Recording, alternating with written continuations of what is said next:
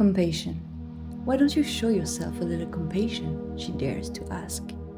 Some days, I don't even know how, or even if I want to.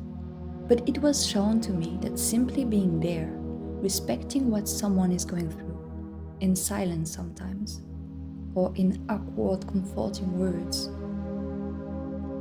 that kind of presence, that's what I always wanted, what I always needed.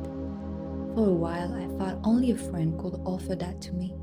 It never occurred to me that the person responsible for my life and my mess could step into that role. But she did, and yes, I'm talking about me, so yes, I'm talking about you too. Relying on yourself isn't selfish, it's vital, it's necessary.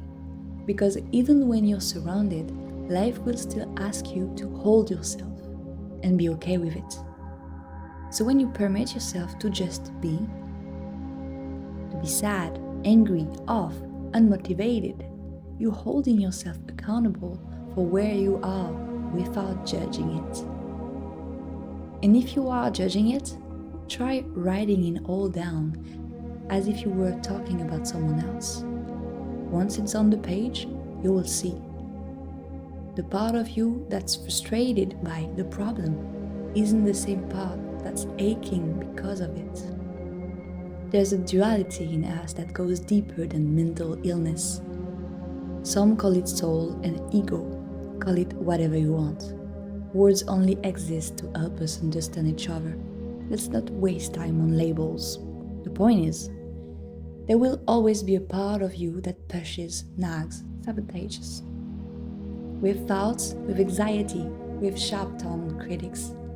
And that's not a flaw, that's a reaction to years of growing up in a world built on outdated rules, rewarding versions of us that fit other people's standards, and rejecting the parts that just want to be heard, to be free. Compassion starts to grow when you consider yourself whole, all of you, the little child, scared, crying for comfort, the inner teen, angry, raging at the world, and the adult, somewhere between what the fuck and whatever it takes.